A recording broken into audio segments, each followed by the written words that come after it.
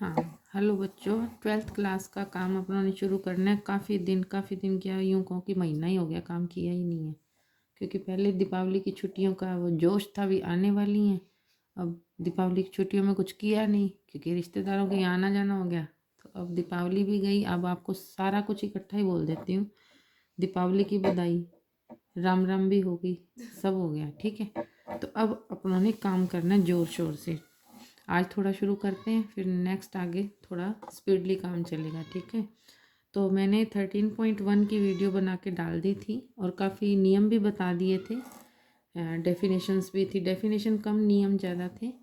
तो अब जो है आगे थोड़े नियम और हैं, रूल्स और हैं, जिनके ऊपर बेस्ड अपना आगे का काम चलेगा। जैसे 13.2 है और 3 है, ठीक है। तो सबसे पहले मैं ये बताऊंगी कि सदिशों का व्यवकलन यानी कि घटाना, मतलब सब्ट्रैक्शन ऑफ वेक्टर्स, ठीक है। अब अपनों ने पहले एडिशन ऑफ वेक्टर्स किया था, वो भी ट्राइंगल ला पे था। और ये जो अपना सब्ट्रैक्शन है, ये भी ट्राइंगल ला ही है।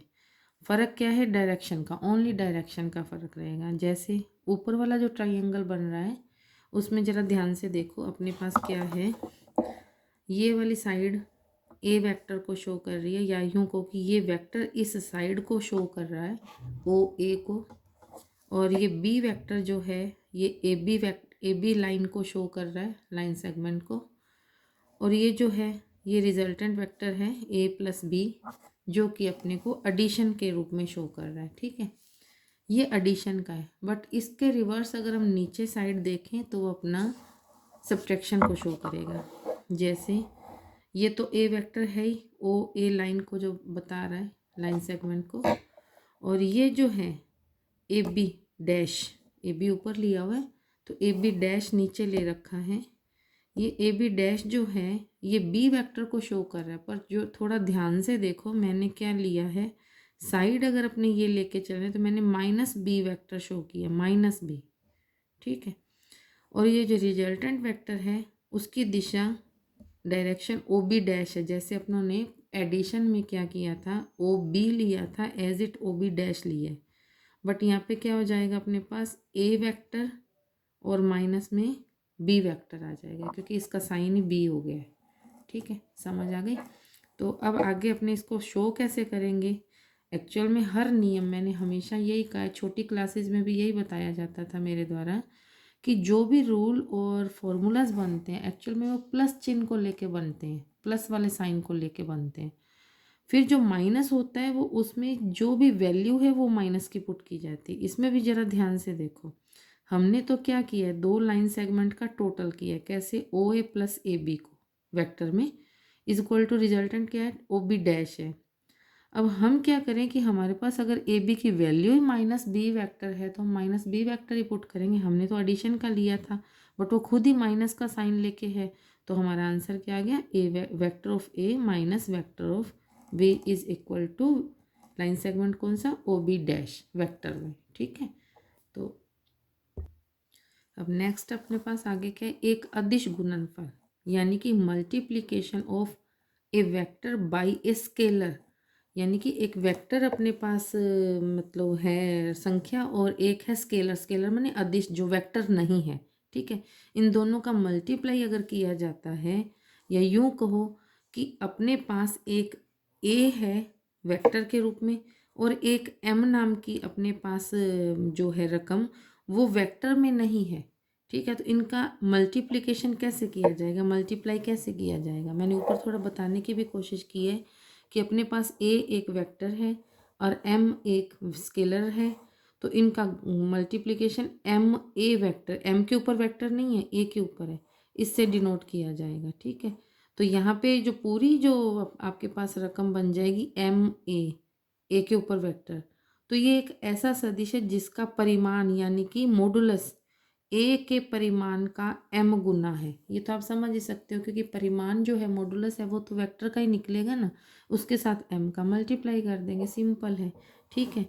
तो M A vector with modulus, तो एम का मॉडुलस अलग कर दिया, ए का वेक्टर का मॉडुलस अलग कर दिया, तो M of modulus of A vector.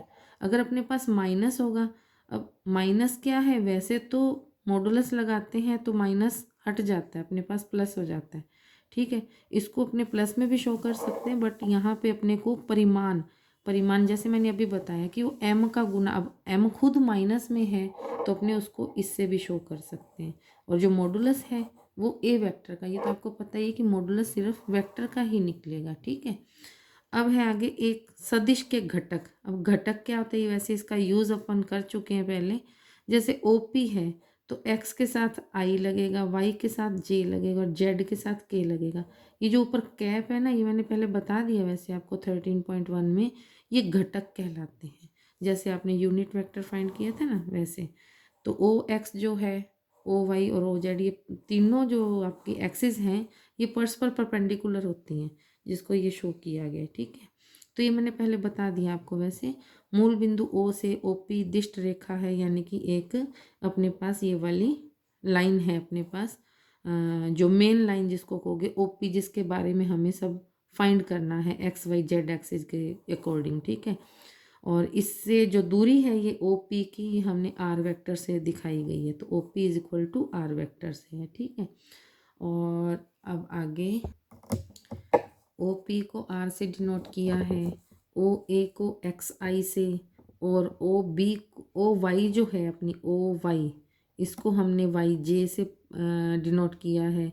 और जो OZ है इसको हमने कैसे लेना है ये मैं आपको बताती हूँ अभी। ठीक है, थोड़ा सा यहाँ पे ध्यान देना कि ये जो OP है, सबसे पहले हम क्या करेंगे, एक ON लेंगे। ON वैल्यू क्या है, जो हमने एक इसका ट्रायंगल ला लगाने के लिए लिया है ON। जैसे OP है, इसके परपेंडिकुलर हमने ON लिया। अब हम इसको ON और OX को, या OA कहो, OA और ON को हमने ट्रायंगल ला लगा करके XI प्लस YJ के रूप में लिया। अब XI YJ क्या मिला है हमें, ये AN वाला मिल गया, AN। ठीक है, तो AN को हमने फिर इसको, ये थोड़ा सा परपेंडिकुलर लेके चलना है अपने को। ठीक है, तो इसके ऊपर लगा करके हम बताएंगे आपको। दे तो मैंने सारी एक्सिस को इस द्वारा यहाँ पे नोट कर दिया है, डायग्राम आपके सामने पहले था, उससे आप देख सकते हो। OA वेक्टर को X, OB वेक्टर को Y और NP वेक्टर को Z से डिनोट किया है।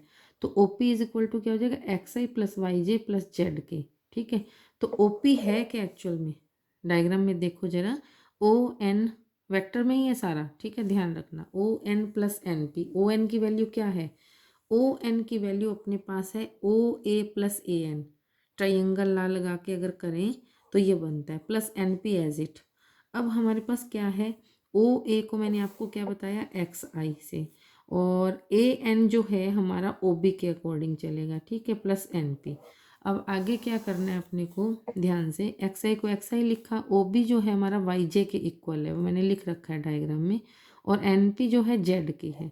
तो अपना OP is equal to R है, तो R इज इक्वल टू क्या आ गया, XI plus YJ plus ZK।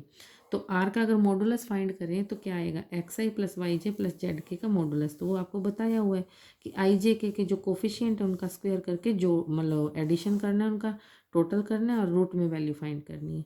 तो modulus of R is equal to root of X square plus Y square plus Z square. ठीक है, तो दो आगे अपना जो पॉइंट है, जो आपका रूल है, वो है दो बिंदुओं को मिलाने वाला सदिश, यानी कि वेक्टर जॉइनिंग टू पॉइंट्स। ठीक है, तो अपनों ने दो पॉइंट ले लिए P1 एंड P2, ये दो अपने पास पॉइंट हैं।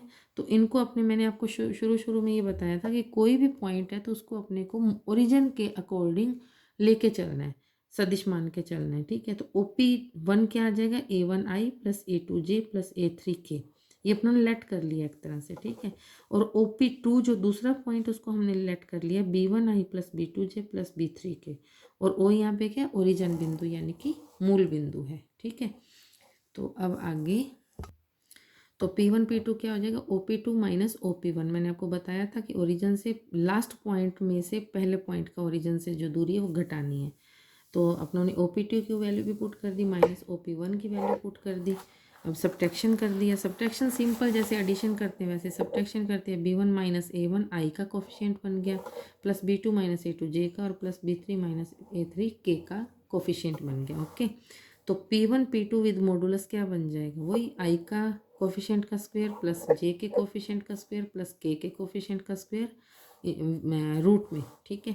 अब मैंने थोड़ा सा इसको इसके अंदर भी बताने की कोशिश की है कि अपने जैसे एक्स वाई जेड एक्सिस ले ली, O X O Y and O Z, तीनों एक्सिस अपनों ने परपेंडिकुलर ले ली। तो ये अपना P1 है, ये P2 है।